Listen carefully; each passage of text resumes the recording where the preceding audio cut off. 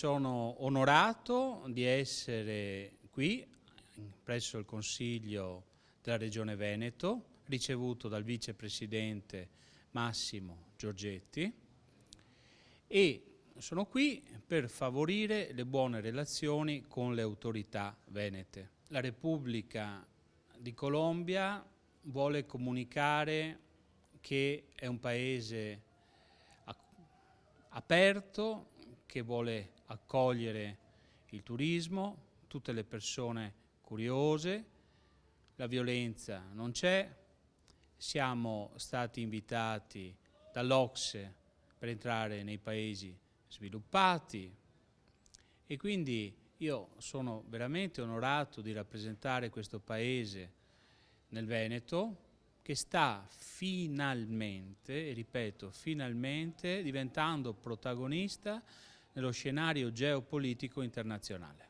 Ho molto apprezzato quella che è stata la visita del console Carlin, perché mi ha illustrato una realtà che conoscevo poco, che è quella della Colombia. Una grandissima opportunità per una terra come il Veneto, che è fatta da imprenditori abituati a esplorare l'economia del mondo. Io spero che da questo incontro possa nascere delle cose ancora più concrete.